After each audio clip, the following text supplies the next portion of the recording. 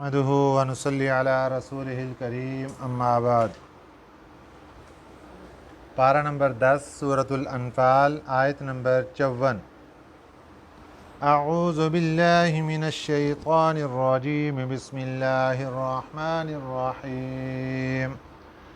كدأب آل فرعون والذین من قبلهم كذبوا بآیات ربهم فأهلكناهم بذنوبهم وأغرقنا آل فرعون وكل كانوا ظالمين۔ إن شر الدواب عند الله الذين كفروا فهم لا يؤمنون،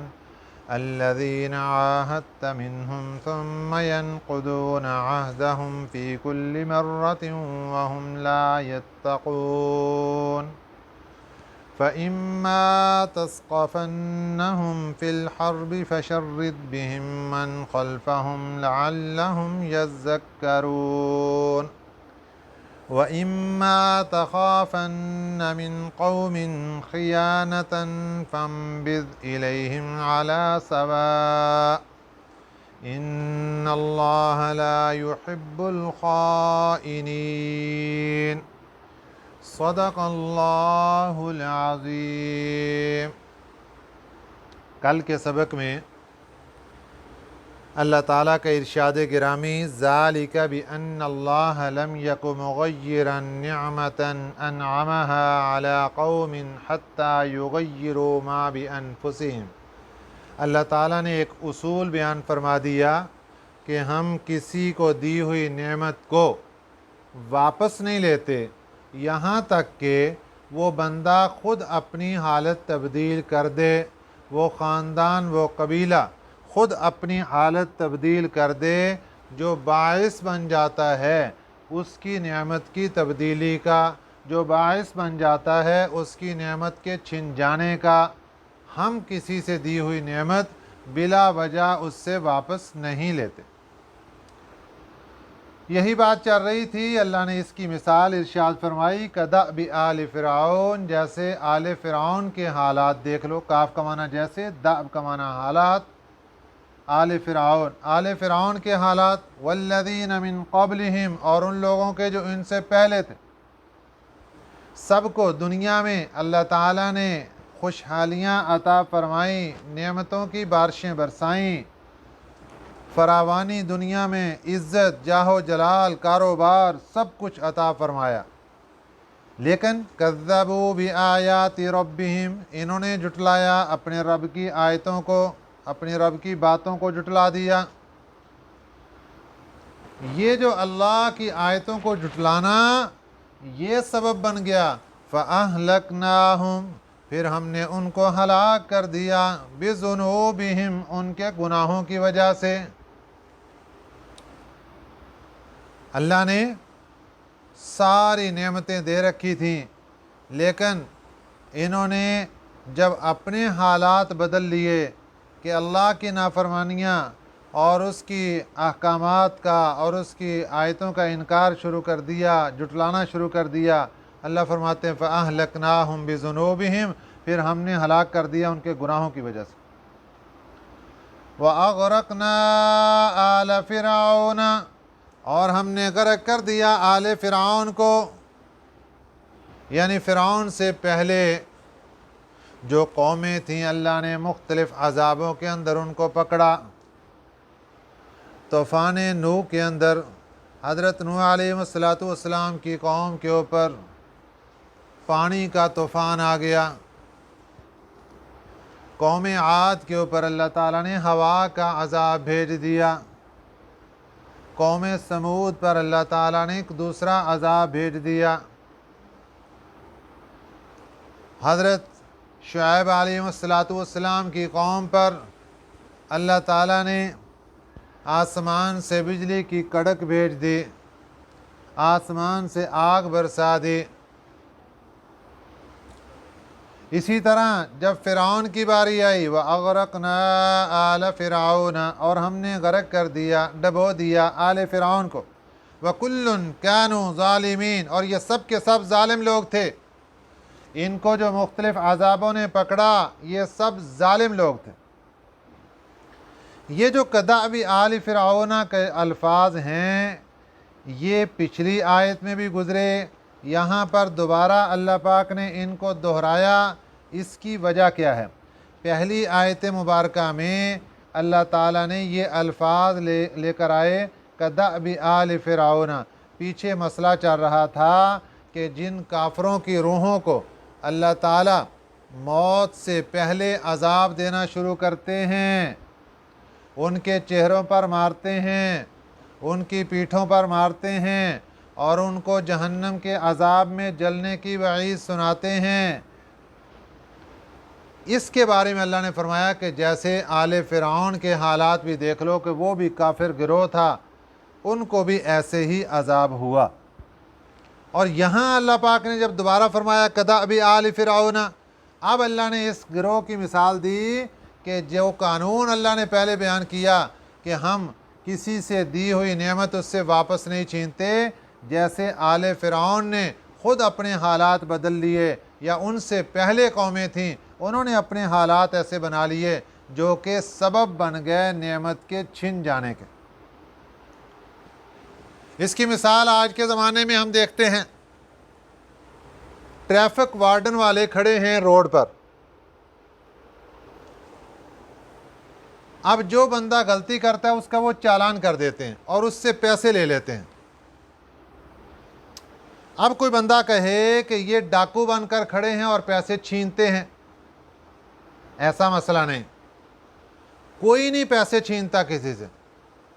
لیکن سبب ایسا بنا دیتا ہے آدمی خود جس سے اس کو بطور جرمانہ کے وہ پیسے دینے پڑ جاتے ہیں۔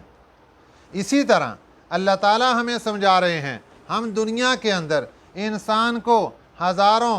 لاکھوں کروڑوں نعمتیں عطا فرماتے ہیں، ہم دی ہوئی نعمت بلا وجہ کسی سے واپس نہیں لیتے، لیکن وہ بندہ خود اسباب ایسے پیدا کر دیتا ہے، خود حالات ایسے پیدا کر دیتا ہے جو اس کی نعمت کے چھن جانے کا ذریعہ بن جاتے ہیں۔